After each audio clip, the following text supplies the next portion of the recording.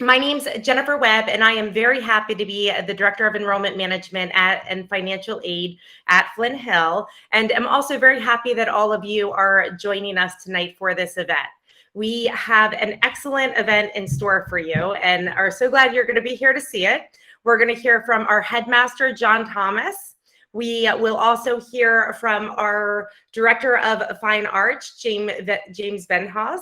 We will hear from our middle school and upper school innovation chair, Vicki Knickerbocker. And then we have a variety of students, parents, and faculty members from fine arts and innovation that you'll also hear from in terms of their experiences as well.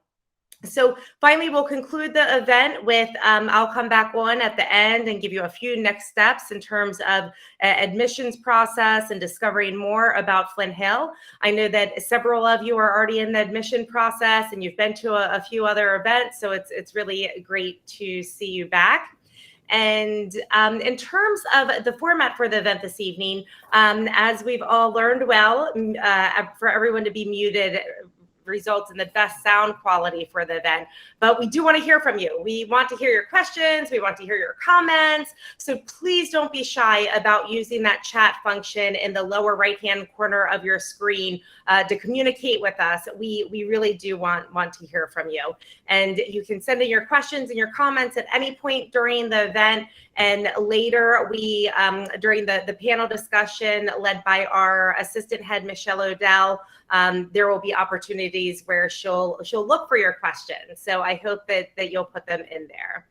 Without further ado, I will go ahead and turn it over to our Headmaster, John Thomas.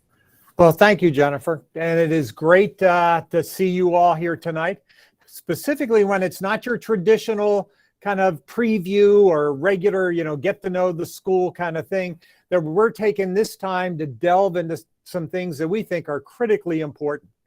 One of the things that we all love about young people, our children when they're very young, is their sense of curiosity, that they love to draw. They may just want to get up and sing. They want to just run around. They love to build things, whether it's build a fort in the living room by putting blankets over cushions, whatever it may be. There are those moments that every child goes through. And it's this great thing of their creativity, their excitement, their joy in learning or whatever. And one of the things that, and I've been in education a long time, one of the sad things that you see over time is that too many schools begin to move away from that when we get into formal education. Almost as if we try and get everything to be so structured, so limited, so in a box, that kids begin to lose that sense of spontaneity, that sense of excitement about learning, that they begin to just have to keep pulling in and becoming more and more concrete. Well, one of the things I love about Flint Hill, and as you get to know us, you're going to find out that as a school, we really are very entrepreneurial. And we really do try and be very intentional, deliberate, and strategic in everything we do. And one of the things that is so important to all that is the fact that we value passion well over pressure. That we have taken time to ask the big questions like why, or what if, or how do we do this in ways, how do we get kids excited with a spark, with a sense of energy and enthusiasm? How do we make sure that they want to become active participants in their learning? And I will tell you that the fine arts and innovation are two key areas where that really seems to capture that joy that we all have loved when children were young. And we've allowed it to continue to grow as they get involved in their middle school education and clearly into their high school, because we are playing for the long game. We're playing to find ways for our students to not only continue to learn that creativity can be taught and nurtured and supported, but that also that learning like that involves collaboration with other people. It involves communication.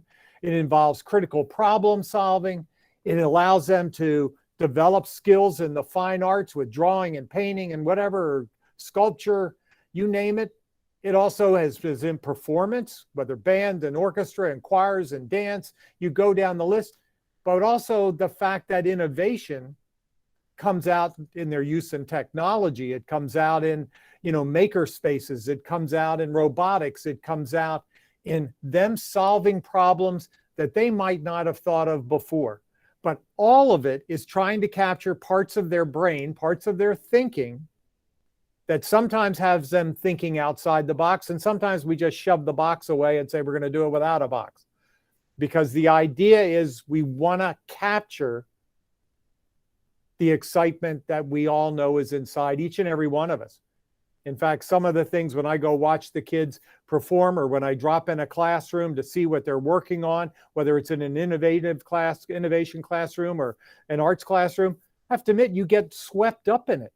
And half the time it's the kids that are inviting you to come over and see what they're doing, or join them in this activity, or take part in this. And you suddenly begin to realize how exciting it can be to be in school today. Sometimes we've got this feeling, whether it has to do with COVID, whether it has to do with college pressures, that all of a sudden, oh my gosh, school is this thing we have to get through. It should be something we look forward to doing each and every day. It should be something that gets us out of bed in the morning, that we can't wait to be with those classmates. We can't wait to be with teachers who model an innovative mindset in everything they do. And that is part of what you're going to learn about tonight. Now, I will tell you, a lot of what we do is also grounded in our core values. And we have core values. And if you've looked at our website, you've seen them. If you've been to one of our previews, you've heard me talk about the core value. But the two that really come to play and what you're going to learn about tonight is the whole idea of imagine what's possible. What's possible in that sense of music that you're going to work on, or that instrument you're going to learn to play, or that drawing you're going to paint, or in that building something that's going to help somebody else, or that's going to suddenly have an impact in a competition, whether it's robotics or our cyber patriot work, or our unmanned aerial competition in robotic, all of that. Imagine what's possible. How do we do this? And those teachers are there, and you're going to meet a number of them tonight, to help guide the students.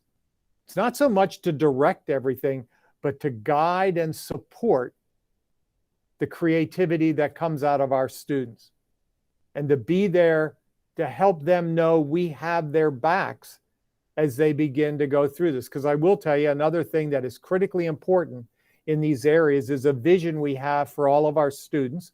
And many of us as adults have adopted that view, that philosophy ourselves. Take meaningful risks, be yourself, and make a difference. And that taking meaningful risks pushes them out of their comfort zone, as they should be in learning. Learning is not a static event. It isn't just absorb things and then regurgitate it back. It is take it in, play with it, figure it out, see how we can work on that. And it comes out, because I will tell you what you're going to learn tonight about what we do in the fine arts and what we do in our innovation. And I'm thrilled that a number of years ago, we had done so much work in this area, we decided we need a department of innovation. It's not just English, math, science, arts, or athletic. No, we need a department of innovation. And at that time, that was kind of unheard of in secondary schools. But we went ahead and did it because we knew that gave us a sense of purpose in what we were doing. It gave the students a sense that what they were working on truly was going to have an impact on their learning. But what I'm getting at in all that is what they get from these two areas that you're going to learn about tonight. It carries over into what they do in math class and in science class and in history and in English and in their languages. It begins to build within our students, I think, a whole new lens at how they look at learning, a whole new way to challenge themselves in a very positive way, in a productive way, to become better learners.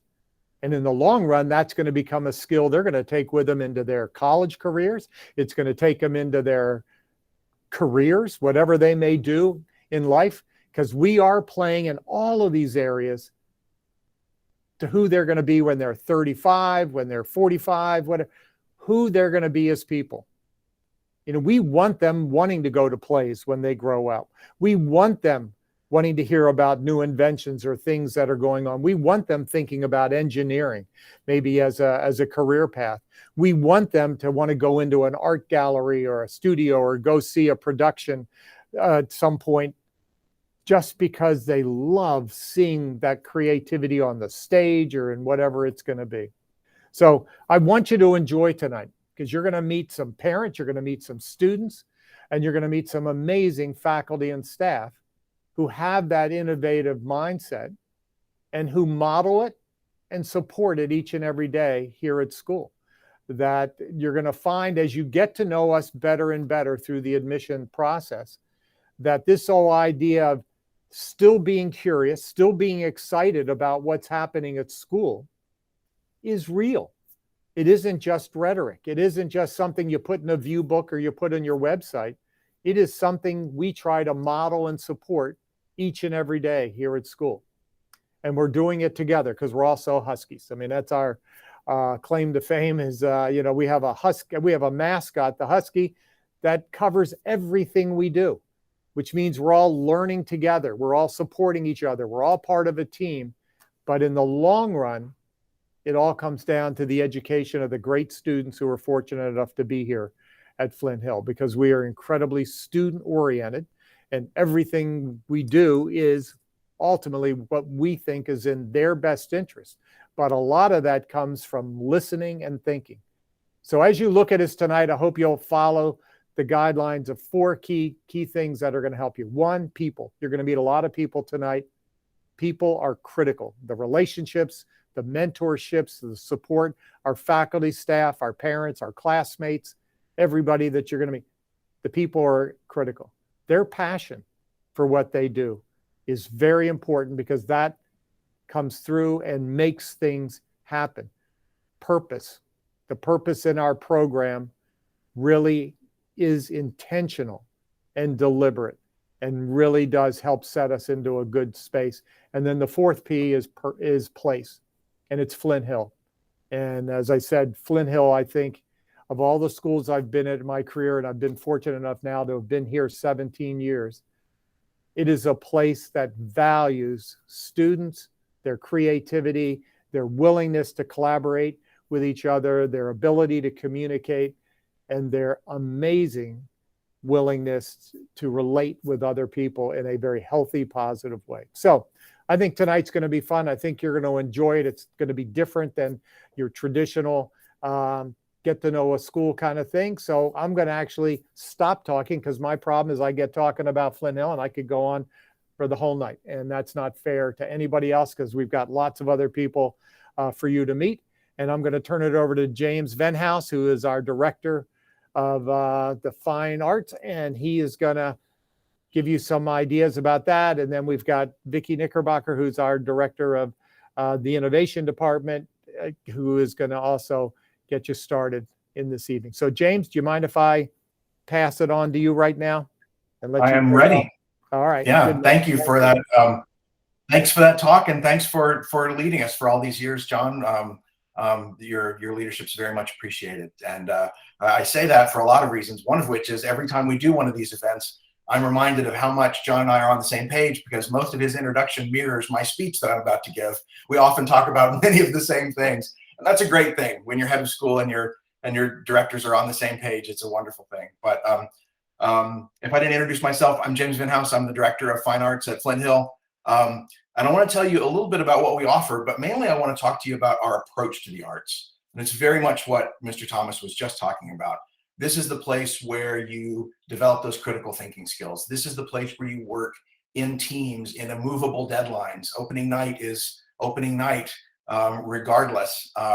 This is where your creativity flourishes. This is where you learn empathy, especially in the performing arts or in drawing and painting. You learn to think and live in the shoes of another person. I think the arts develop citizens and not just scholars in a way that I feel is really, really important.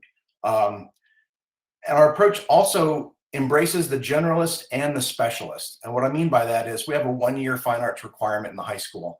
And that's designed to make sure that every child who graduates from Flint Hill has that arts experience, has 1 year of in-depth getting to know themselves as artists, getting to express themselves as an artist, and learning those citizenship skills, those critical thinking skills, and those expression, that social and emotional health that comes from expressing yourself as an artist.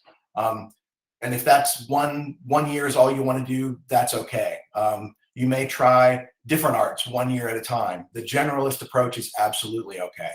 We also embrace the specialist. We embrace that student who has wanted to be an actor or a painter or a musician from the time they could remember, and they want to pursue this as a career. We have placed students in some of the best BFA arts programs in the country, especially on our visual arts side.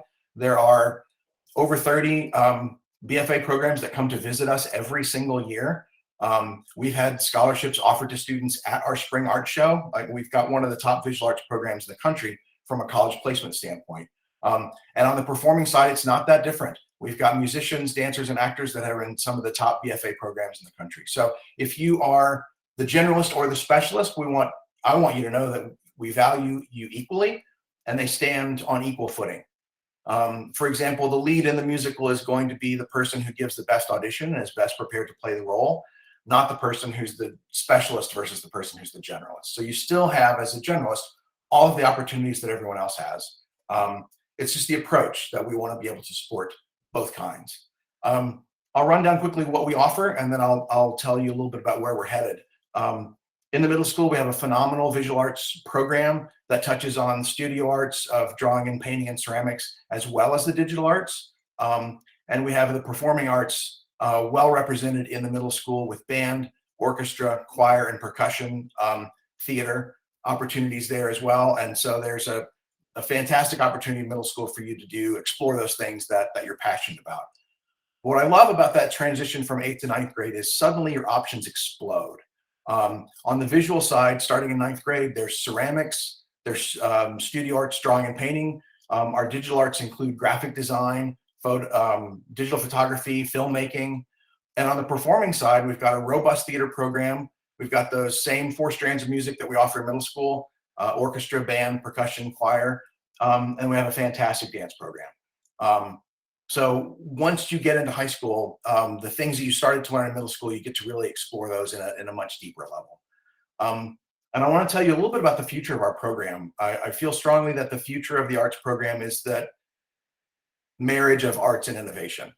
We say this all the time, that arts are innovative by nature. And embracing emerging technologies, I think, is the future for us. And having that be student-led. And I'll give you some examples. Traditionally, at theaters all over the country and schools all over the country, most of the scenery is built by adults and built with lumber.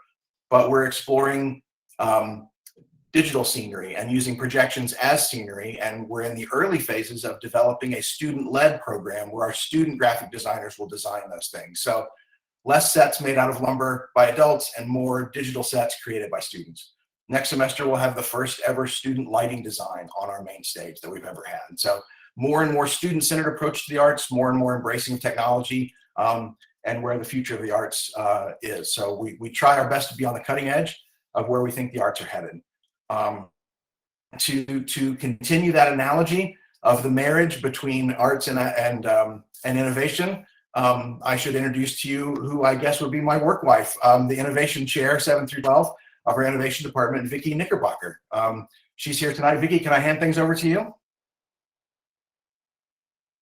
Absolutely. Thank you, James. That's very exciting what you were talking about, where the fine arts is going. That's I'm going to look forward to that. So I'm so happy to be here this evening with all of you. And so much of what John Thomas said and what James said is exactly what the innovation department is about also. And since I can't help myself, I love to tell a story with pictures and visuals.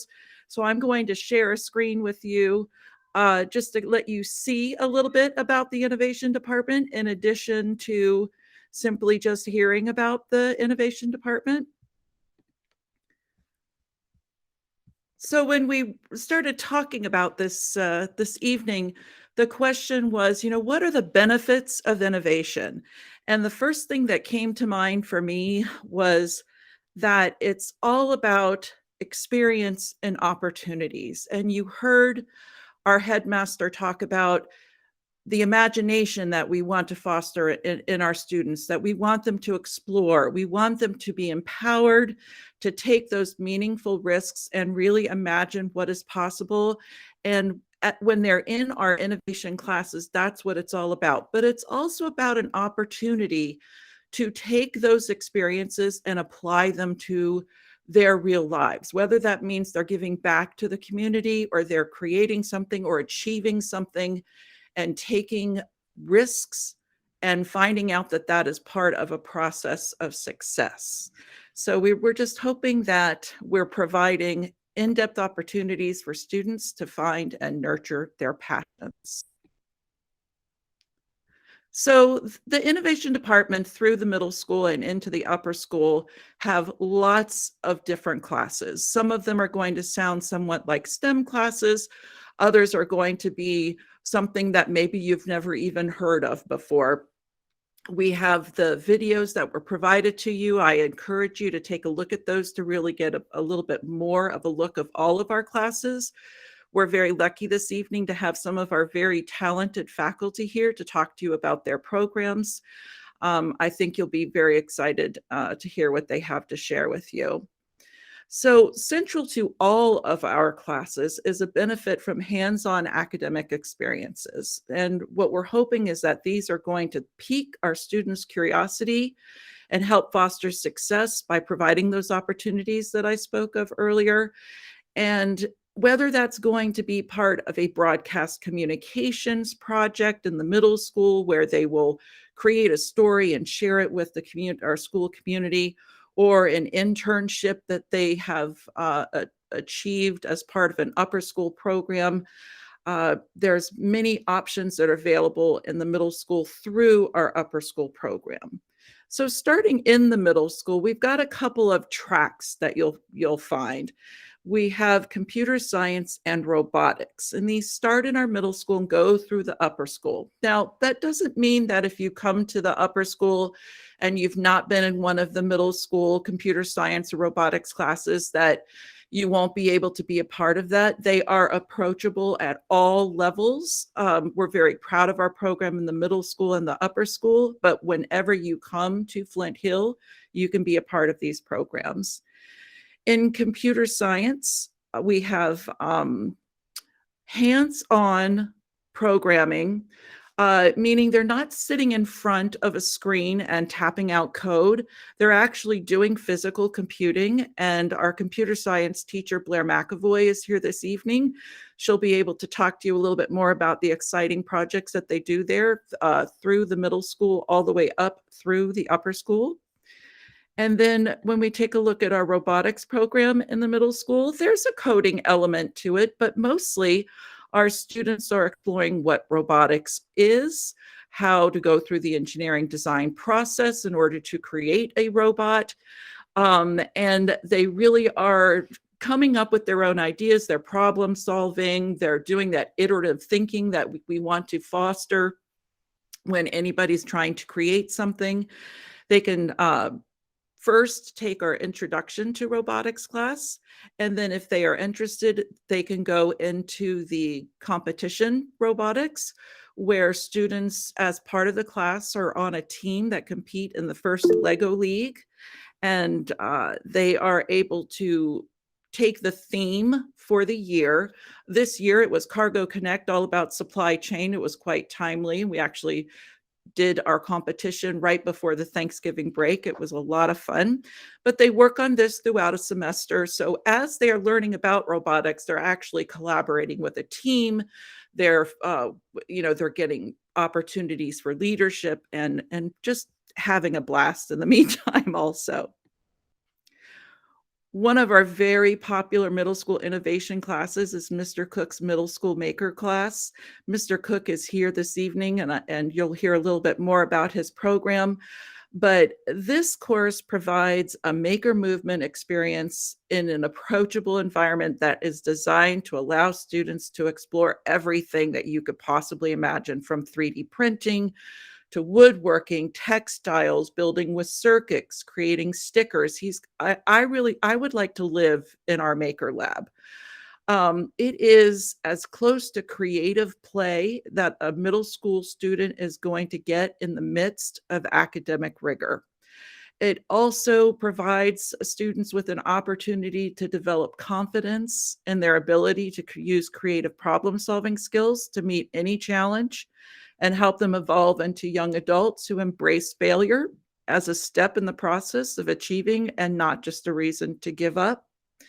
In the picture here, and I'm sure Mr. Cook is going to talk about this, but it is something that we are very proud of at Flint Hill. He has a partnership with an organization called the Magic Wheelchair. And in this opportunity, our students are able to use these maker skills to give back to their community. And it really is wonderful watching the investment that our students have in creating these the magic wheelchairs for the recipients and seeing how much they enjoy using their skills to give back. Just as Mr. Venhaus mentioned, as a student transitions from the middle school to the upper school, they have a lot more opportunity not only to try new things, but also to go in depth. So this could be anything from the Discovery of Engineering class, where students are going to explore over 20 different types of engineering fields, riddled with hands-on projects and engineers that actually visit the class and talk to them about the field. It's quite exciting. Another course I wish they had when I was in high school myself. All the way to conquering AP computer science classes, designing and building and programming robots in the upper school, or learning how to be on a red or blue team as concerning cybersecurity. They can also take a class to be mentored in the design process. In our innovation incubator class, students actually choose their own projects and go through the design process to come up with a product at the end of the semester. And in the past, this has included everything from students creating their own facial recognition software to students creating taking over the social media campaign for an organization that raises awareness, helps push policy, and raises funds for pediatric cancer research, and even had a student create their own branding for a television and film studio. So it's quite exciting. So we've got advanced aerial robotics here in the picture, and I end with this simply because the opportunities that these innovation classes and activities offer really are unparalleled. It's everything from community outreach, like we were talking about the magic wheelchair, professional certifications that they could earn during cybersecurity, internships in more than one of our innovation classes in the upper school, academic awards, and even being a member of an internationally acclaimed autonomous drone team, which is our advanced aerial robotics team. So this evening, our upper school robotics, cybersecurity, and autonomous, oh, am I going to say this right? I hope so. Mr. Snyder's going to get me. But our autonomous aerial robotics teacher, Mr. Michael Snyder, is here to talk about his program, along with Ms. McAvoy, who I mentioned, and Mr. Cook. Please make sure to ask Mr. Snyder which one of his teams beat Harvard and a bunch of other schools, I think twice. And if you have not already taken a look at the innovation videos that were provided, I invite you to please do that to learn more about our program. Very much like our headmaster and James, I could go on and on about the program, but I know we have a panel of some wonderful students and faculty that would like to talk to you. So I'm going to turn that back over to them. And thank you very much for letting me talk to you about innovation.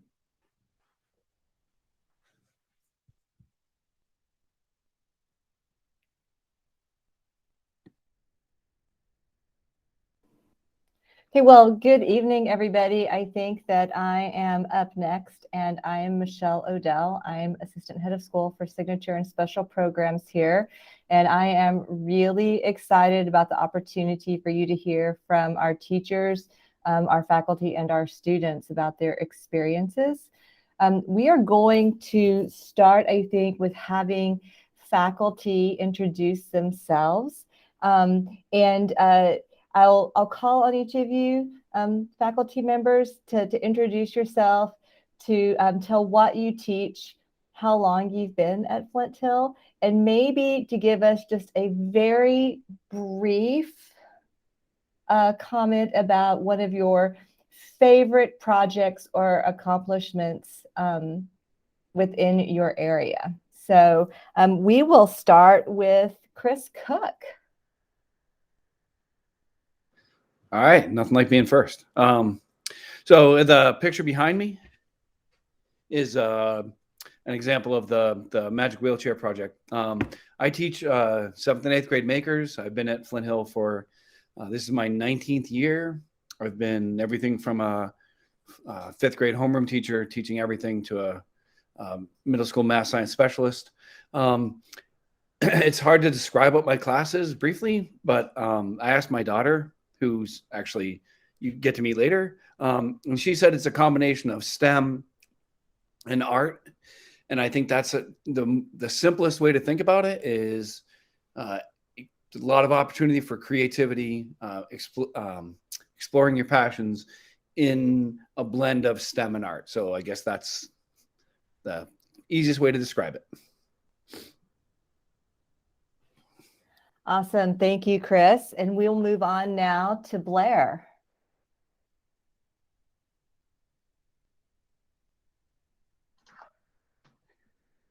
Hi, everyone. My name is Blair McAvoy. I teach computer science. I teach both in the middle school and in the upper school. I teach 2 introductory classes in the middle school, and then I teach a computer science 1, AP Computer Science Principles, and AP Computer Science A in the upper school. This is my 2nd year at Flint Hill. Really also another shot at my 1st year at Flint Hill, since yes, last year was so unusual. And I think so far my favorite project would be with AP Computer Science A, getting to one of our major labs kind of simulates a poker game. And so being able to implement in code how to determine, for example, how one poker hand beats another poker hand. And so sure, a royal flush beats a straight, but what if you have 2 straights? What happens then? How do you determine who wins if it's the same type of hand? So there's so much that goes into that, and it's really, really cool to get to think through all of that logic through code, and even getting to kind of do a little bit of graphics. So it will show you the 4 hands of poker, and then highlight the winning one, and be able to label them and recognize, okay, this is this kind, this is a 3 of a kind, and so that I think is my favorite. This is one of the most difficult labs. So I don't know if all the students would agree with me on that, but I think it's the best one. Awesome. Thank you so much, Blair. And now we will move on to Mike Snyder. Good evening. I teach robotics and computers, sorry, not computer science anymore, cybersecurity at Flint Hill. I've been here for 10 years. And my favorite experience at Flint Hill is going with the team to the Student Unmanned Aerial Systems competition. That's our advanced aerial robotics team. It's our capstone robotics class. And in June, we take the team to the Pax River Naval Air Station, where they compete against 72 other colleges from around the world. And we've done quite well. They've come in second place the last 2 competitions. That's awesome, Mike. Thank you so much. Yeah, second place against colleges, not other high schools. I just want to point that out. And I love your classroom, and I'm glad you're showing, like, we're getting to see all the fun equipment behind you. It's really cool. Thanks. We're going to move on to some of our fine arts faculty that are here tonight, and we'll get started with Derek Scott. I'll pull my mask down. Hopefully you'll kind of hear me. Hi, I'm Derek Scott. I'm the band director here at Flint Hill School. I'm coming to you from a dress rehearsal, so I'm meeting out in the lobby. But so I teach band, and I'm kind of speaking on behalf of the entire instrumental and choral department tonight. So if you have any questions about that, please let me know. We're actually going into my favorite time for the fine arts department, which is Arts Jam season. Even though we're rounding out our Christmas concerts, the spirit of collaboration lives very much in our Arts Jam performance, which we do at George Mason University. And that's in April. So that's where we all get together and we all perform pieces with each other. So you might have a piece that's percussion ensemble and choir or something along those lines. And it's really awesome to be able to work with each other and work with other ensemble students. So it's a really fun time to be at Flint Hill. It's a pleasure to meet everybody. Thank you, Derek. One of the things that I'm most thrilled about this year is that we get to have our big Arts Jam at GMU again because COVID isn't prohibiting that this year. It is a fantastic event. So everyone should look at the calendar and put that on their calendar and make plans to be there. We will next go on to Nikki Brignoli. Hi, thank you for that introduction. I am Nikki Brignoli. I teach all of the studio art in the upper school except ceramics, but I am not the only visual art teacher in the upper school. There are also 2 visual art teachers and a ceramics teacher. So just like Mr. Scott, I would be more than happy to answer any questions that I can about our visual arts program in the upper school. And this is my 4th year at Flint Hill. I started my career at the university. So I think I bring a really interesting lens to my high school pedagogy, which has been really, really fun to explore with high school students. And I teach occasionally Foundations of Studio Art, Art 1, which is a very traditional technical class that really lays what I view as the most important foundation to higher levels of learning about visual thinking. Art 2, which is a materials class where I just try to put as many different materials in your hands as possible. And that class is really rooted in process more than outcome, because I really want you to take risks and try things that you might not have ever tried before, that might make you nervous. And we work from colored pencils to printmaking to 3-dimensional making and invention and stop motion drawing animation. In Art 2, I also start to introduce some art historical references, specifically rooted in 20th century and 21st century art.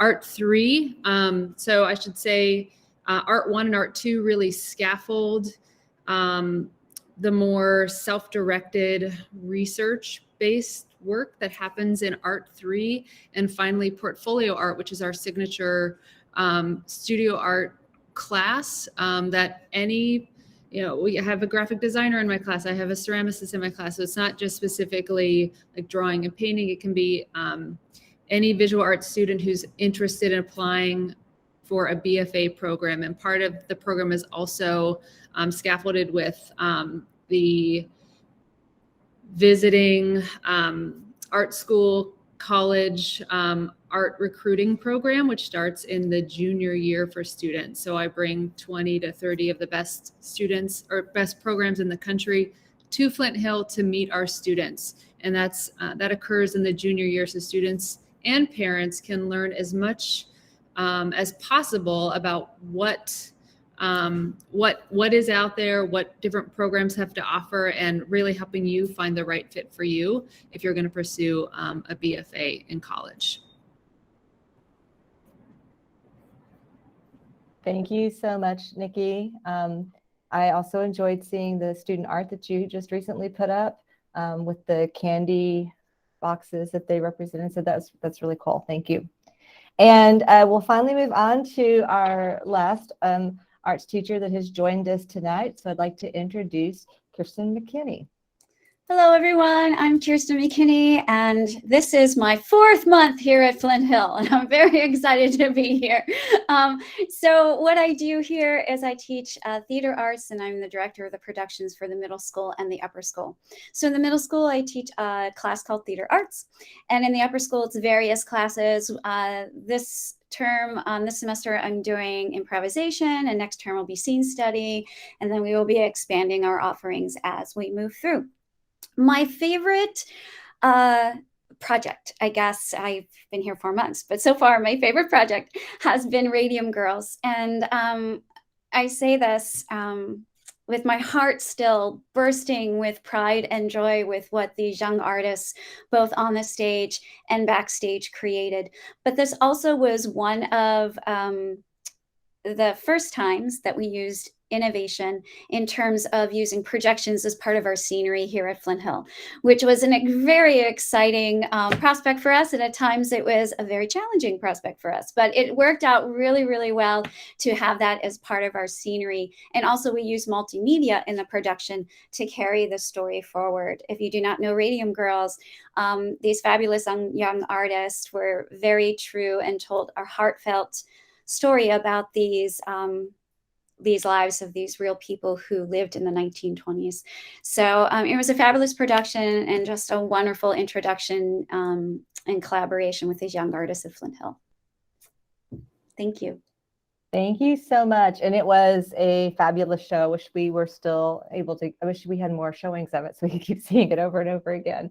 We're going to move on now. I see that we have a couple of questions coming up, but we're going to move on and introduce our student panel and our parent panel as well. And then we'll start diving into some of the questions that are coming up in the chat. So students, thanks for joining us this evening. And we're going to start with you and your introductions first. And I'm just going to go alphabetical by first name. So Alina, do you want to get started with your introduction? And in your introduction, if you could tell us your name, your grade, how long you've been at Flint Hill, and what areas of arts and or innovation you participate in. Of course. I'm Alina Patel. I'm currently a junior at Flint Hill. I joined in 9th grade, so this is my 3rd year here, and I love Flint Hill so much. I'm currently taking Graphic Design 1 and AP Computer Science A, both of which I enjoy so much. And last year I took AP Computer Science Principles, and then freshman year I took Robotics 1. And I also took Foundations in Digital Arts and Digital Imaging as well. Thank you so much. Bridget, I'm going to let you introduce yourself next. Hi, I'm Bridget Cook. I'm a junior, so in 11th grade, and I've been here for 13 years. I've been here since junior kindergarten. My dad is the makers teacher in the middle school, Mr. Cook. I'm in symphonic choir at the upper school. I'm the president of the theater club. I've been in a couple of our productions for the theater. I'm in major minors, and I think that's it. I think that's plenty. Thank you, Bridget. Next, we will move on to Julia. Hi, everyone. My name is Julia Murphy. I am in the 8th grade at Flint Hill, and this is my 3rd year here, and I really enjoy Flint Hill. I am involved in the theater arts and advanced choir programs in the middle school. Thank you so much, Julia. And we're going to move on to our final student, and I'm going to apologize to Shinak in advance if I mispronounced your name. I want you to correct me and make sure I get it right. So we'll have our last student introduction. Hi, my name is Shinak Rajpara. I'm in the 8th grade at Flint Hill. It's my second and a half year at Flint Hill. And I'm in competition robotics, and I do theater arts. Thank you so much. We are going to move on to introduce our parent panel now, and I'm just going to continue going in alphabetical order if that's okay. So we will start with Anne. And parents, if you could tell us your name, share the ages and grades of your children at Flint Hill, and give us a little bit of idea of the areas of innovation and arts that they participate in. Sure. And first, let me just congratulate you as a former LCDS parent. So I say that. My name is Ann Lyons. I have 2 kids at Flint Hill. My son PJ is a freshman who is not really involved in the arts, and my daughter Abby is a junior. She is in theater arts. She takes Miss McKinney's improv class. She is also in major minors, and she was in Radium Girls, and she's very passionate about it all. And she even did a few of the things in the COVID times when everything was virtual. So even then, school was able to pull something together. That was pretty cool. So is that all you wanted to hear? That's perfect. Thank you. Thank you. Yes, and I think we did do a really great job with our arts during COVID. We did some pretty creative things. So hopefully we'll get a chance to talk about some of that too, because it was arts and innovation, I think, Yes. all blended together. And so next, if we could get Janice to introduce herself. Good evening, everybody. My name is Janice Host, and I currently have a senior, Grant Host, who is actually the lead of the robotics team, the aerial robotics team.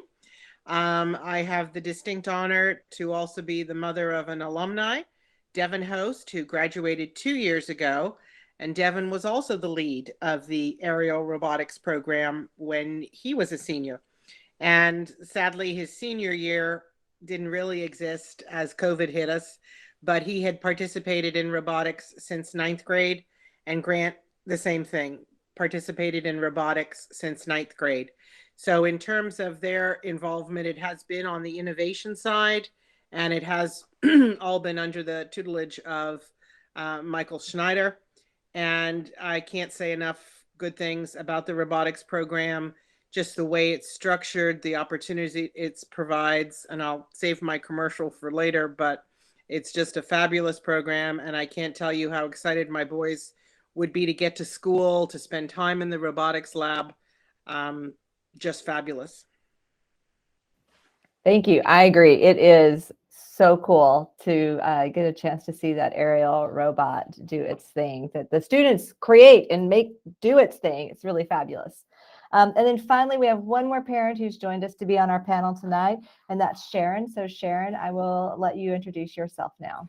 Hi, I'm Sharon Klein. I have 3 kids at Flint Hill. My daughter Caroline is in 11th grade, and she's in band and also taking AP Music Theory. My twin boys, Alex in 8th grade, he is taking choir and theater arts, and William is taking percussion and competition robotics, and also has taken makers. Awesome. Thank you so much. That was a pretty cool percussion concert we had. Was that last week? That was amazing. So, or not last week. Last week was Thanksgiving, the week before, but it was great. All right. So I have a couple of questions here that were submitted in advance that we're going to start with. And I see that people are starting to answer questions in the chat, which is great. So I will grab those questions as well and ask them. But I have a couple of questions for our panelists to get you started. And I think for since we've just introduced parents, I think we'll start with parents maybe and or students.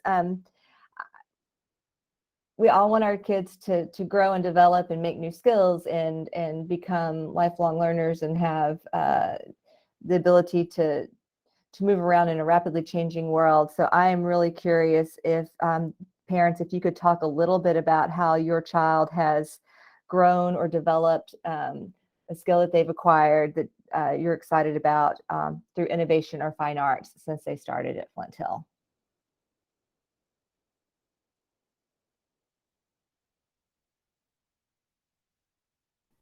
Go for it, Janice.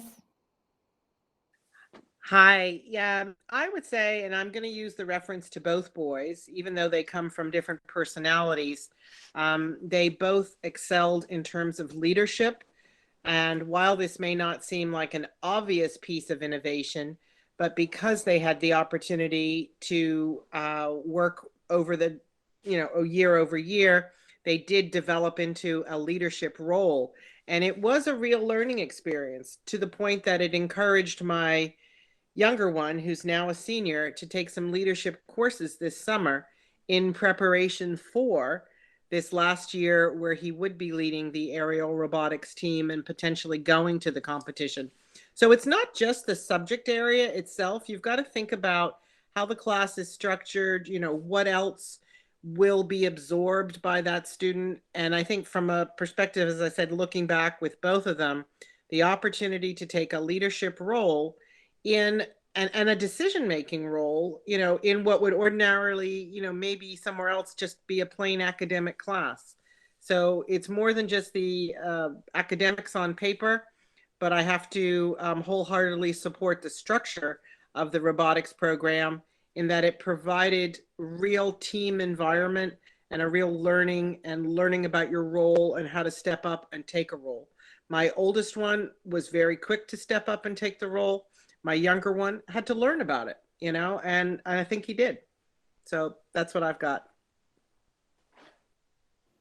Thank you so much. Sharon or Janice, do you have anything? I mean, Sharon or Anne, do you have anything to add to that?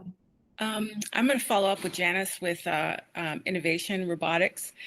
This is William has taken robotics. This is second year, and this year they had their first Lego League, and he was chosen to be a captain, which was really challenging for him and very rewarding, and he just really enjoyed it and took a lot of time making sure everyone's working on it, the project together, and he really, really enjoyed it.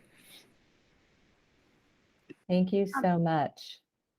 And I was just gonna say that when you have a kid who's involved in theater, they can have a wide range of experiences, and it's all quite dependent on the leadership that's available to them and how they perceive students and as they approach the work. And I just have to give a huge, shout out here to Miss McKinney because she has injected so much professionalism and so much inspiration for the kids into this program that it just makes a difference. There's drama teachers and there's drama teachers. So what has happened for my daughter, she dipped her toe in doing her first scripted non-musical theater last year during COVID, and it was one scene on video, but it lit a fire under her. And then with the energy that Miss McKinney brought and getting cast in Radium Girls, I know that my child was forced to dig really deep into places that she didn't know that she could go. And and if any of you saw the play, the amount of talent that was mined out of those kids is remarkable. And so I don't want to embarrass Miss McKinney, but I give her major credit for that. But that's what Abby has experienced is finding out stuff about herself she didn't know. And that's been amazing. Thank you so much. And I see that Mr. Cook has raised his hand, and I forgot he is probably our fourth parent on the panel tonight as well. Yeah, I just want to, from the fine arts department, point out the level of growth that my daughter's had as a member of Flint Hill, and she's been here for a long time. But growing as a musician, growing as a performer, she's given a lot of opportunities to be great, and she's pushed to be great. And I think that's a really important thing that Flint Hill does is they say, we want you to be excellent. And it doesn't matter what you're good at. Flint Hill says, we want you to be excellent, and let's find a way for you to be excellent. And that's one of the things that's really happened with Bridget. She's been nominated for governor's school. She gets all kinds of solos and she sings beautifully, but it's the confidence to be that person that Flint Hill has given her. The talent is there or it's not there, but the confidence to be yourself and to try and to explore is what I think is the greatest asset or the greatest gift that the fine arts department gives to our kids. So. Thank you so much, Chris. I'm looking back at the chat and see a question that was asked earlier about speaking to the possible options for joining music and theater arts. And I recognize that there was a specific question associated with that.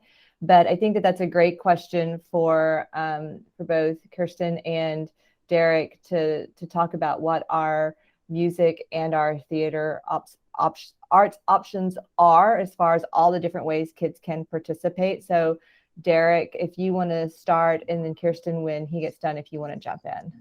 Sure. So I'll start at the middle school. The middle school has 4 different ensembles. There is a choir, there's a percussion ensemble, there's the band, and then there is the orchestra.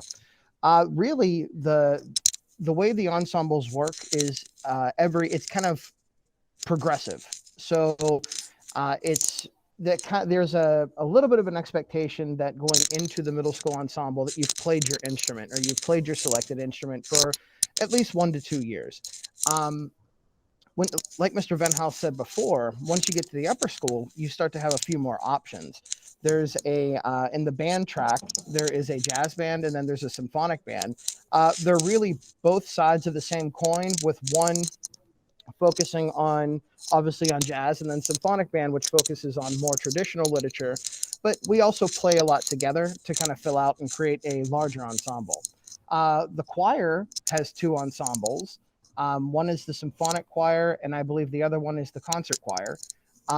Similar, but I think they do very closely related literature.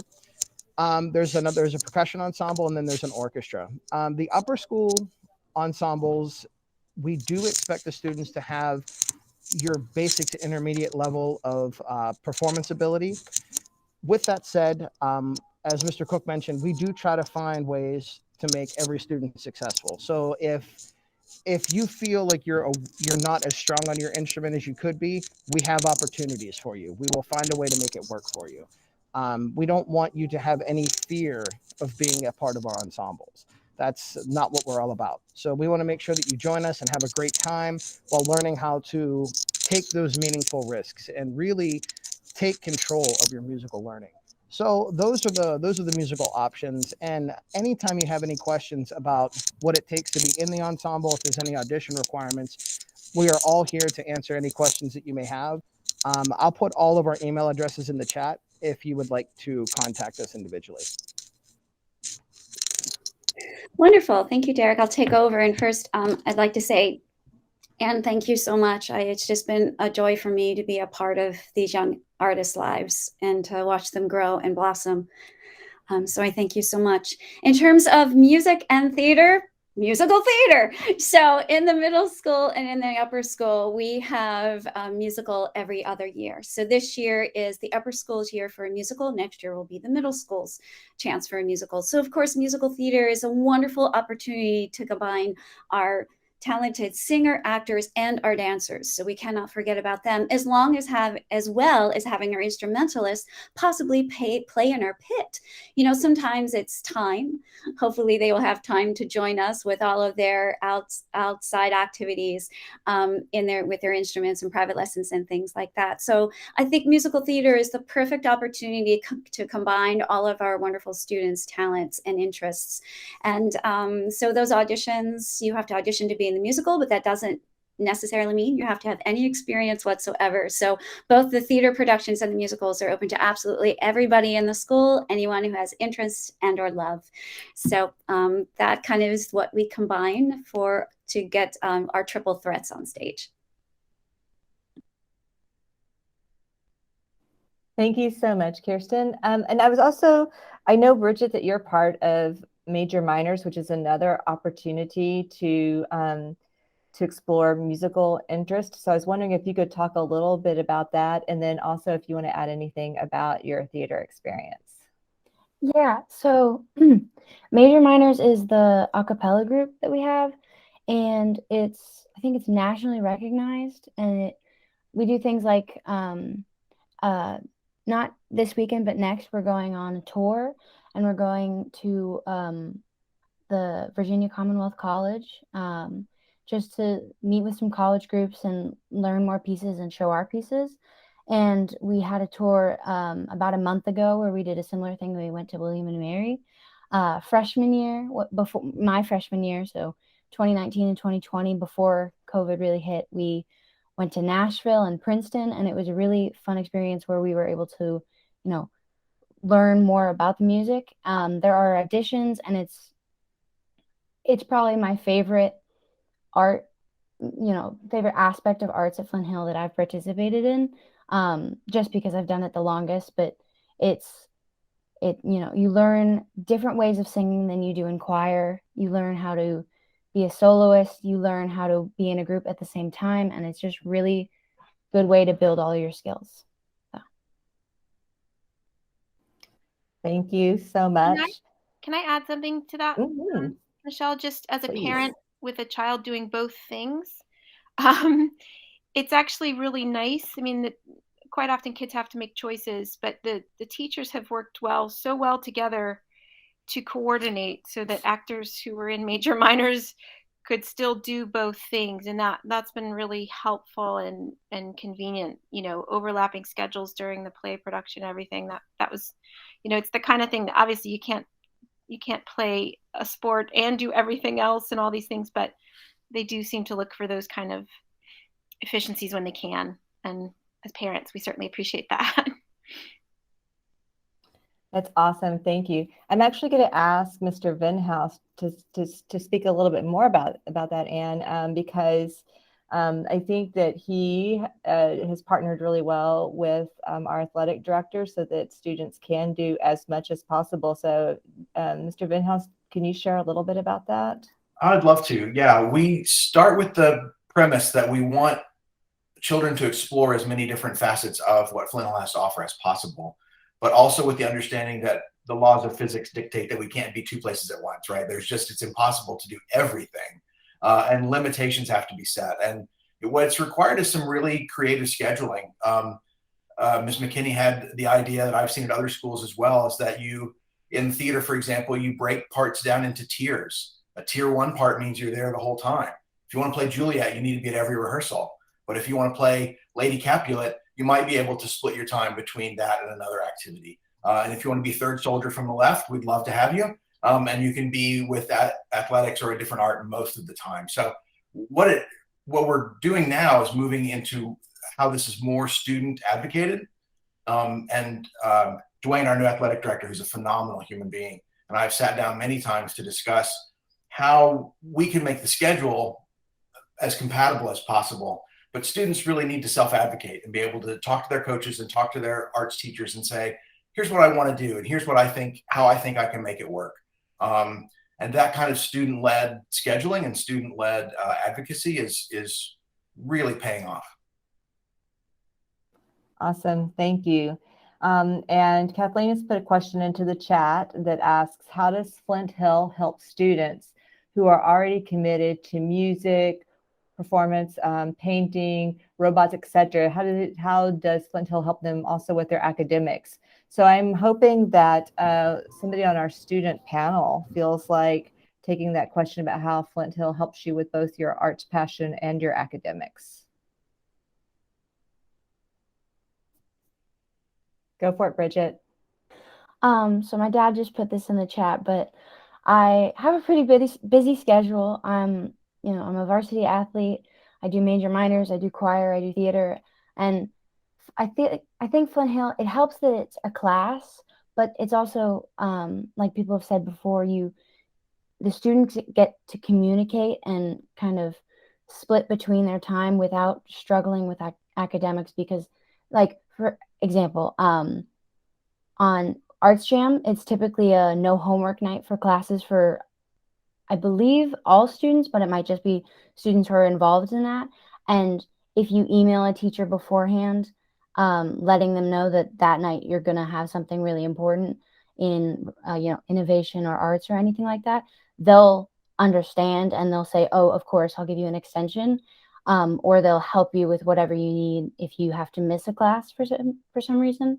And teachers are just really understanding that, most of the students at Flint Hill do a lot of different things. Like, most of the people I interact with are really well-rounded. They're, successful in their academics and their sports and their hobbies. And it's just a really good, system, how the teachers understand that you have a lot going on and they want you to be as successful as you can in every aspect that you do.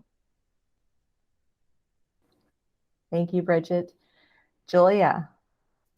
I just kind of wanted to add on to what Bridget said. If you didn't know, actually, tomorrow night is the chorus concert for the middle school students. And we actually had a discussion about this, I think, today in class, because a lot of kids were talking about how they had tests on Friday or things that, like, homework assignments that they didn't know if they were going to be able to complete. And Miss Pramstaller, who is our middle school choir director, was very understanding about it.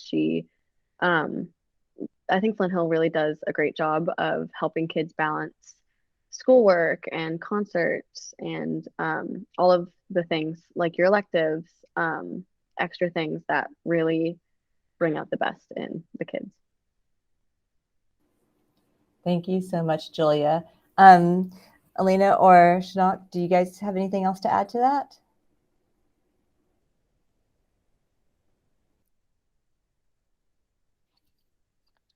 Do any of our parents have anything to add to that? Sorry, I had to unmute myself. I was just going to say the other thing is as prospective parents may not have heard that much about the whole office hour process, but there are so many opportunities available during the school day for kids to get some work done, get some extra help. They don't all use them all as the best they could, but there are, at least an hour or 40 minutes of every day are available to them to try and kind of get ahead of themselves and get work done. And I just think that's a really terrific aspect of the way school is organized.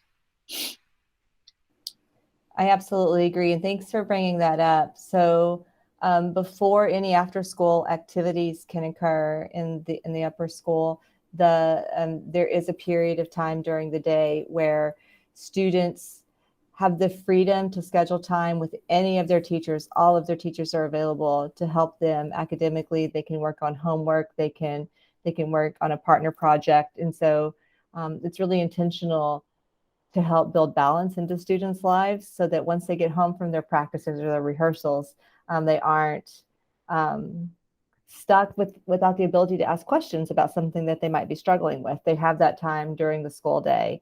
And so many students really make good use of that time. And it helps them then be able to enjoy the process of whatever they're doing after school without worrying about their studies at the same time. So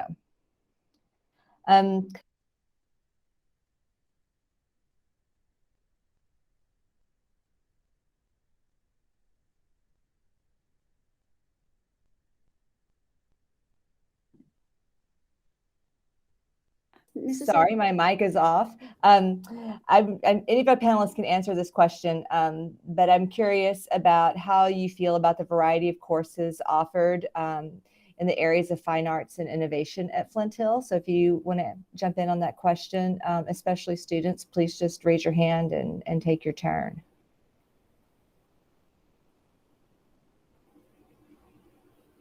Julia.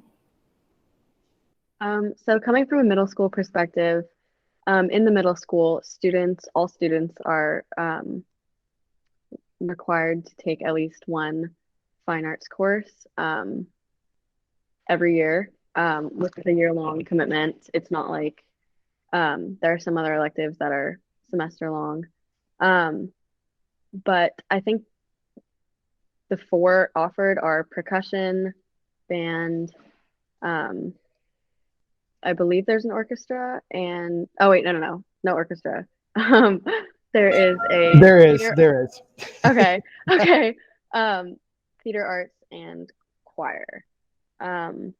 I personally take 2 full year-round arts electives, which I love, which are chorus and theater arts. And I think that Really, there is something for everyone. So if you want to be involved in the arts at Flint Hill, you have a way to be. And I think also the fact that it's required also helps get kids out of their shell. The same thing for the upper school. We're required to have at least one fine arts credit. And freshman year, I took Foundation in Digital Arts, which I kind of just took to take the credit, but then I got really interested in doing all these digital imaging and everything. So then sophomore year, I took digital imaging, which I enjoyed so much. We did a lot of cool projects and everything. And now I'm taking graphic design, which is probably one of my favorite classes because most of the projects we do is based on yourself. So right now we're doing a project where you have to create a book cover of your life in 20 years, which I think is really cool. And also for the innovation department, I started off with robotics because I found all of that really cool. And then I found out that I like the coding part of robotics the most. So then I started taking computer science because they have all of these different courses and everything. And I think Flint Hill does a great job having all these different opportunities for kids to kind of explore different interests and everything. So Thank you so much. I love your journey through all of the different avenues that you've taken. It's really cool. Mr. Cook? One of the things that is great about the Flint Hills Middle School is that a lot of our electives, many of our electives are split so that children can say, I want to take both coding and makers, or I want to take makers, but I'm not sure how much work I'm going to have, so I want to split it with a study hall. So we've come up with what seems to be a pretty innovative way of allowing kids to split electives, and it allows them to explore many of the things that they might be interested in. They don't have to tie themselves to one thing. So I have a large number of kids that walk from my classroom to the robotics classroom as they split an elective and they spend time with both of us, and allows them to allows them to experience many different parts and find out what they really love as they go through middle school. I think it's kind of a neat system that we have. Chinook, I was hoping you would add on to what Mr. Cook was saying, so please. So kind of like in the middle school, this is also going off what Julia said. We have to take a fine arts, and I think it's very good that we have to, because it kind of gets like something about us creative, like electives. Some of them you could choose as fine arts, like I'm doing competition robotics, which that got me creative because we just had our tournament, which we had to build a bot, code the bot, and make an innovation project, which shows the judges a problem that we chose to solve. Like we chose porch pirates and how we could solve the problem of them not getting your packages. And then theater arts I'm doing because it's fun to, like improv and like be someone you're not. So it's like fun to be yourself sometimes too. That's awesome. And I bet people would be very interested in your solution to having packages taken off of their porch at this time of year. We had a question in the chat. I think maybe our upper school students could answer this, at least for their personal perspective. How many electives do upper school students typically take in a year? currently, Bridget, you can go if you like. You can go ahead. Okay. Currently, I'm taking 2 electives, computer science and graphic design, and I've done that every year since freshman year. But most people usually take at least one, either a fine arts or an innovation. So, yeah. Yeah, most people take 1 or 2. Sometimes it's really hard because I wish there were 2 or 3 more hours in the school day so I could take choir and robotics and theater all at the same time. But realistically, I can't fit that into my schedule and the classes that, you know, we're required to have for graduation. But even if you can't take a lot of electives, a lot of the classes you can choose based on interest.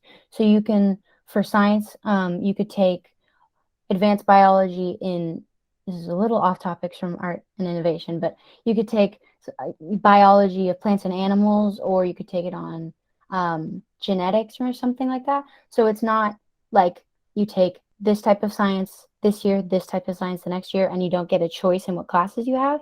You can choose from the document that has all the classes listed is like 100 pages or something. So there are a lot of classes offered that aren't just electives. Awesome. Yeah, I every time I look at the curriculum guide, I think that I would like to register and just be a student because they're really cool classes to take. Mrs. Knickerbocker. I just thought I would go ahead and add that in addition to all these great classes that our students are having to choose from with their schedules, there's also opportunities to do things after school. There's activities in the upper school, there's robotics activities, there's cybersecurity club. There's ways for students, if it works into their schedule and they are so inclined, that they can get involved even if it doesn't fit their class schedule. Elena. Yeah, I wanted to add on to that. A lot of people that I know aren't able to take computer science classes or robotics classes or graphic design classes. So I created a Girls Who Code club specifically for women and other girls who want to, who are interested in stuff like that. And it's not just a Girls Who Code club. It's more of different engineering and women in STEM type stuff, which I thought was really fun. So I wanted to create it so that a lot of other girls can be a part of it. And I think it's a great opportunity for people who aren't able to take these specific electives so that they can join after school. And actually, Ms. McAvoy is the teacher sponsor for it. So, yeah. That's awesome. I'm so glad that you created that club.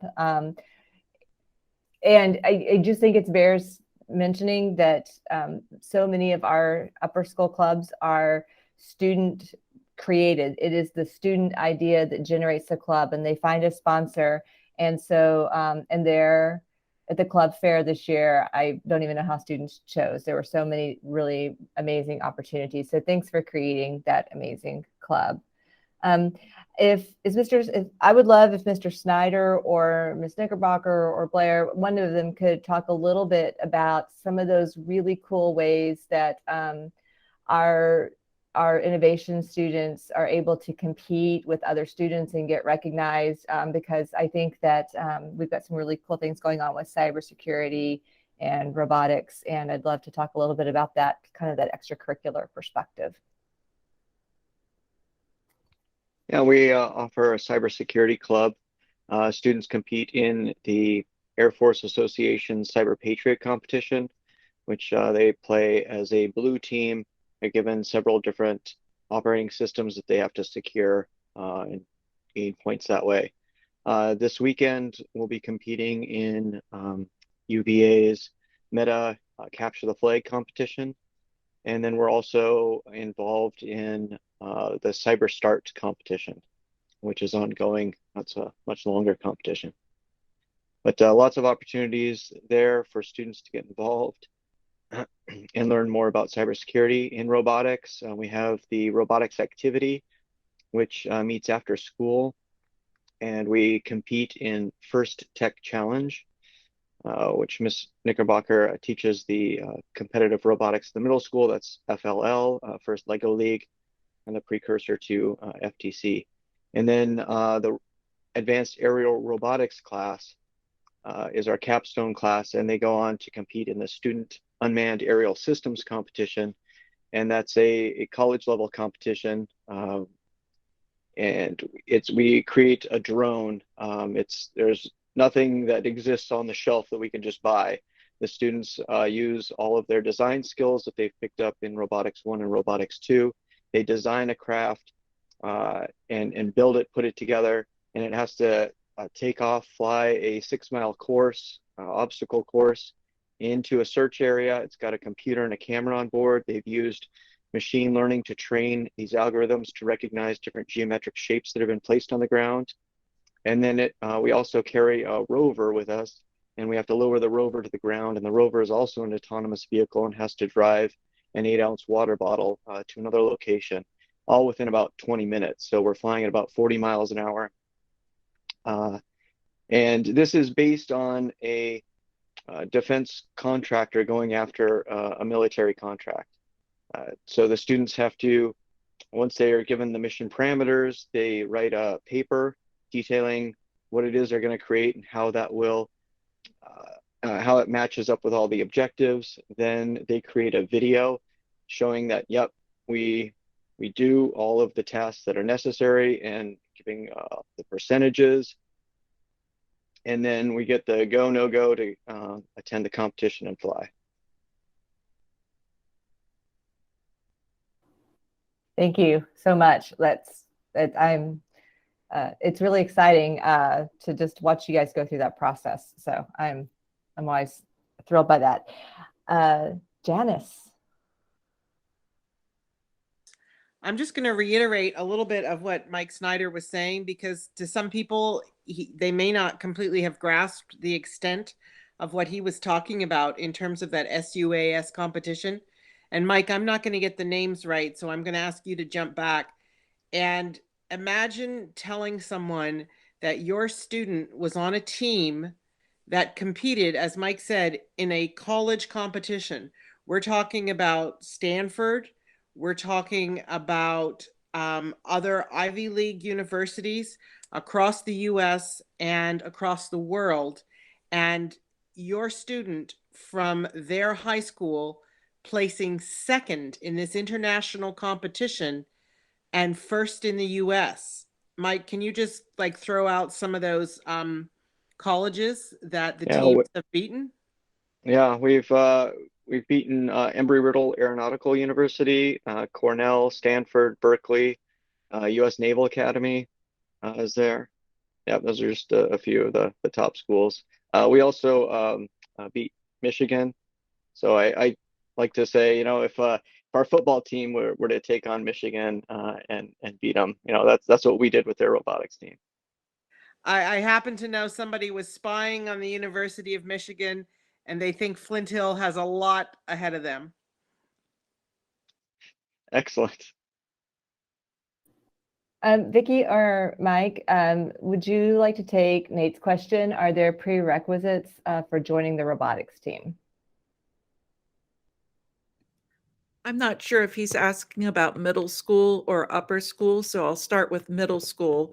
In the middle school, the competition robotics team is actually a class.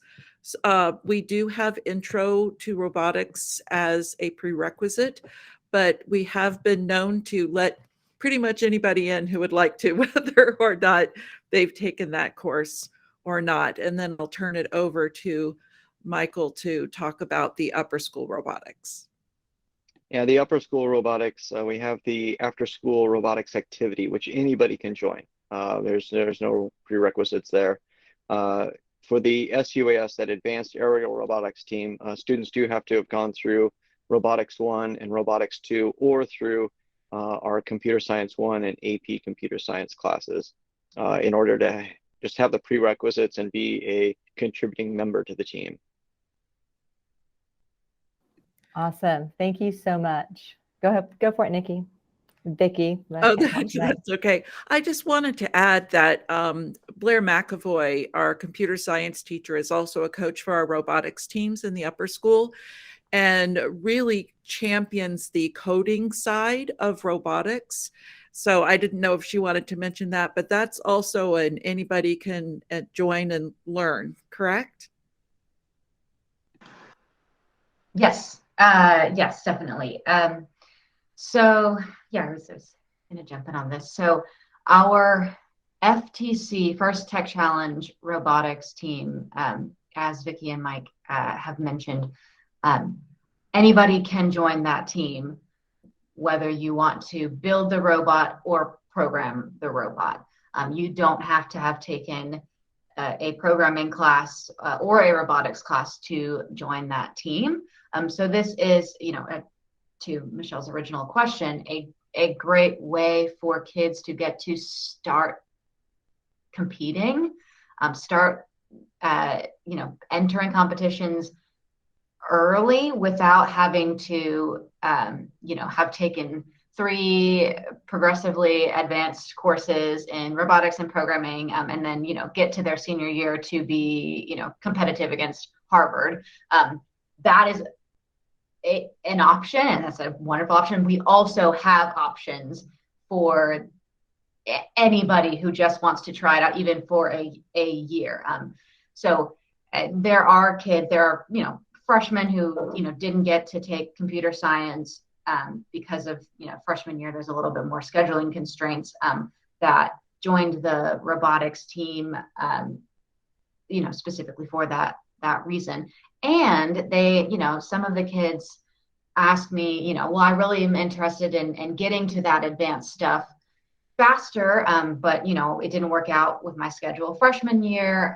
So can I use this as potential experience to help me kind of progress a little bit faster? And sometimes, depending on what we see from them during that competition season, that definitely can help them get to the more advanced stuff faster. So, and it's the FTC, I would say, has a low floor, high ceiling. So it's not all that hard to get started. If you're new to programming, you can make a robot run and do things autonomously, which is really cool for being your first time programming. But you can also take that, if you are more experienced, you can take that to the nth degree. I mean, you can if you want to, you can implement machine learning and object recognition and all sorts of high level stuff. And it's cool to get to put all of those kids together on a team and have them learn from each other and work together. Thank you so much, Blair. And I think my favorite part of that is like how much they learn from each other and how much robotics teaches you that failure is just a kind of a normal part of life, and like you learn from your mistakes, and to watch the competitions where like something doesn't go right on the competition floor and you go back and you reprogram real quick and come back and try it again. Like it's one of my favorite pieces of robotics. I want to switch gears just briefly because we haven't had a lot of chance to talk about the visual arts tonight.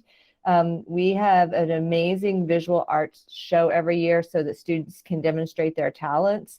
Last year, we had a really incredible and innovative virtual arts show, but this year I think we'll be back where we can have the art show in our space. So I was wondering if Nikki or James wanted to talk a little bit about the opportunities for our visual artists to demonstrate their talents.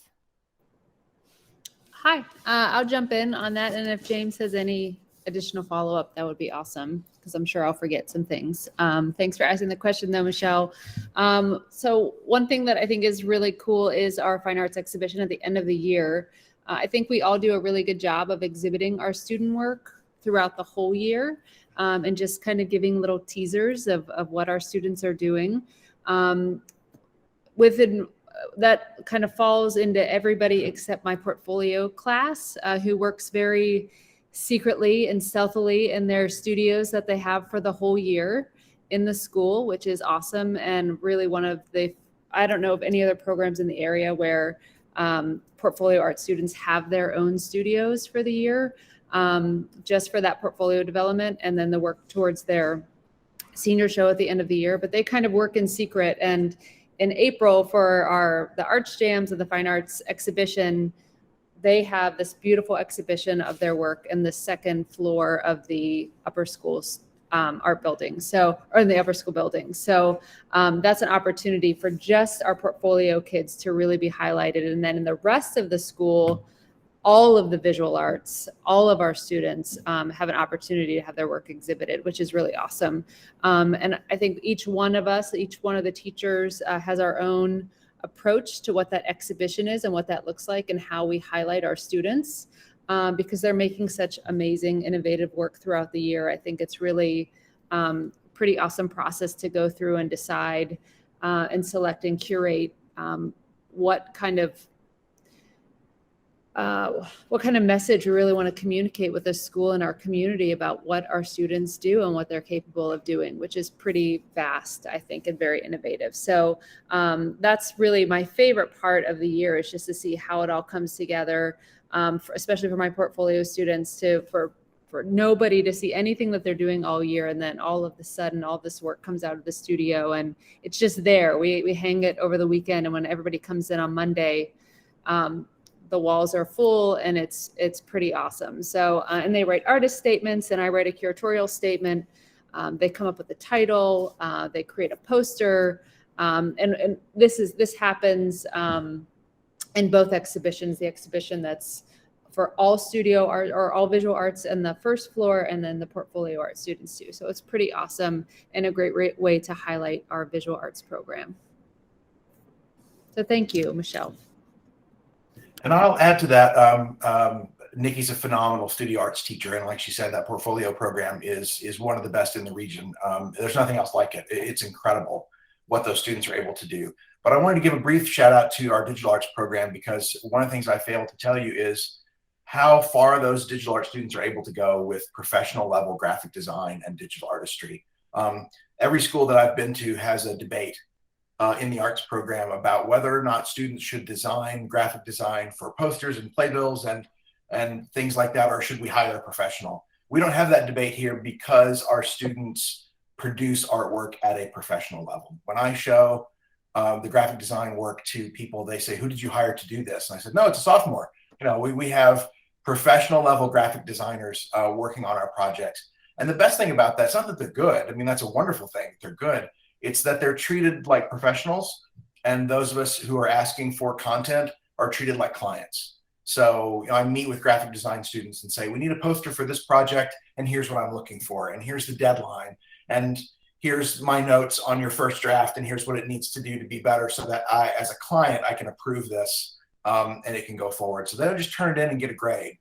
They've got to work with a client in a real world setting to do this. And then their artwork is used to promote performing arts productions and other events all over campus all year long. It's a phenomenal program. At the percussion concert, I got a copy of the percussion program, which was student created. And on the back then were little graphics of the program cover for each of the other musical concerts we have, and they were all thematically tied together. So I feel like it's like a set of artwork to put on your wall if you just save the programs from the concerts. So it's pretty cool. If you happen to be in the neighborhood tomorrow night and you want to come hear a choral concert, you can get one of those cool programs too and have a piece of Flint Hill art to take home. But I'm going to turn this back over to our amazing Director of Enrollment Management and Admissions, Jennifer Webb, and let her close us out for the evening. Wonderful. Thank you. Thank you so much, Michelle. And thank you so much for leading that wonderful panel discussion. And thank you to our parents and our students and our incredible faculty and leadership team members for being here tonight and sharing everything. So I'm going to move into an admission presentation, quickly go over some of the steps for applying, the timeline for applying, a couple of opportunities for you to learn more. For parents and students and faculty members and others that are on here, prospective families, if you've already started the application process, I know a lot of you have, and you're working closely with your officer. I know it's getting it late into the evening, so I am not offended at all if I start to see people exiting. So no need to listen to this if you don't find it useful to you, but hopefully some of you certainly will find it useful. So I am sharing my presentation here. And so the steps for applying are up on your screen. So the application online, that's an application form. It takes about 15 minutes to complete the form itself. So if you haven't done that and you're interested in applying, that is the very first step to applying, is completing that form. After you submit that form, you and your application is processed, typically within about 24 hours, you will receive a active checklist of all the remaining required documents. So you know exactly what we've received and exactly what is still outstanding. It's almost live. It does take some things up to 24 hours for us to process, but it is live up to the last 24 hours. So the other materials that are required: transcripts, progress reports from your current school, recommendations from a math teacher, from an English teacher. There's a parent questionnaire, a student questionnaire, graded writing sample. The SSAT is optional. And if families need help deciding whether to take that option, then we would recommend that you work closely with your admission officer, and they can help you make a determination about whether that might be a useful data point for your admission application or not. And then an interview with one of the admission officers. And the schedules are filling up, so we do recommend that pretty soon after you submit the application form, you get the interview on the schedule. It might be for later in December, it might be for January, that's fine, but go ahead and get it on the schedule. And here is the timeline for admission. So the key date here to pay attention to is January 21st. That is the admission deadline to receive an admission notification on March 4th. So that is the deadline that everything needs to be complete. The interview needs to be complete by then. We need to have all of those documents in as well. And we do recommend that families actually aim to have everything complete by the end of December, even though the deadline's in January. And that's just because most of the time it goes very smoothly, but sometimes a recommender, teachers are out on leave, or something comes up and we run into some obstacle with getting all of the materials we need to complete the file. And so we want to have that time to work with you, come up with alternatives, be flexible where we can, and still get everything in by the application deadline. And having the application complete aiming to have it complete by the end of December gives us a little bit of cushion so that we are sure to make that January 21st application deadline together. And as I mentioned, decisions go out on March 4th, and then we have some revisit events. In April, the upper school has some placement testing. We have a welcome celebration where we all celebrate that we found each other and that we're partners, and share excitement and heading into the next year and the future together. And then in May, there is a new family information night, which is to help you with information that you'll need to transition. And then during the summer, we have socials where we're connecting you with other families, parents to parents, students to students, in anticipation of joining the community. In terms of next steps, here are the middle school and upper school team members. If you've already started in the process, then hopefully you're very familiar with one of these team members who you've been in touch with. And so you can schedule a phone call or a meeting with them anytime. That link there, flinthill.org/admission team, also pretty easy to find on our website. Anytime you have a question and you'd like to have a conversation, either a phone call or a virtual meeting, don't hesitate to schedule a meeting with them. Of course, you can also just give them a call or send them an email. Their contact information is also on the page. And we all really love getting to know new families and sharing their excitement of this process. And we just really like getting to know all of you. So don't be shy about being in contact with us. Other great opportunities is you're at an event now. I know that many of you have been at other events, so that is fantastic. We have an upcoming middle school event next week that's going to be on campus. If you haven't seen the gorgeous new middle school, then do encourage you to come to that. We have John started out this event talking about how much we value curiosity here at Flint Hill. So much so we have an event just about curiosity on December 14th. So we hope that if you're interested in that, that you'll join that. It's cross-divisional, so lower school, middle school, and upper school. And our among many talented team members, our director of studies will be at that event and presenting on curiosity. And then we'll also have a incredible panel of leaders, teachers, team members at Flint Hill. So hope that you'll make it to that. If you're interested, we have a couple other virtual events, middle school information session, upper school information session. There's recordings to past events on that event's website. So there's a lot of opportunities if you're still figuring out if this is the right fit for you. And we're here to be partners in that as well. Social media, another great way to see what's happening in the classroom, see what's happening around campus. We're pretty active on all of the channels that are linked at the bottom of our website, Twitter, Facebook, YouTube, Instagram. They're all there. So whatever you like to use, give us a follow, and that'll just help you learn more about us. And so we will, for those of you that had the opportunity to watch some of the videos in the playlist, so we shared a link to a fine arts and innovation playlist. And that's where the chair or faculty member from each department within innovation and arts recorded a video about the benefits of their program and some really cool things that are happening in their program. So if there's certain programs that you're interested in, we'll share that playlist again in a follow-up email. So that's another great opportunity to learn more specifically about specific programs. And all of our team members are really happy to hear from families to answer questions. So if you have follow-up questions, just let us know. And before we close out tonight, feel free to put any questions that you might have. If you have questions about admissions process or next steps, please feel free to drop them in the chat box now. I can certainly answer a couple questions before we conclude for this evening.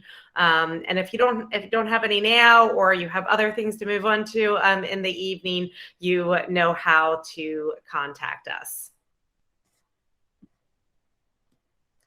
Okay. Thank you. Thank you for all the great comments. Really appreciate it. Great.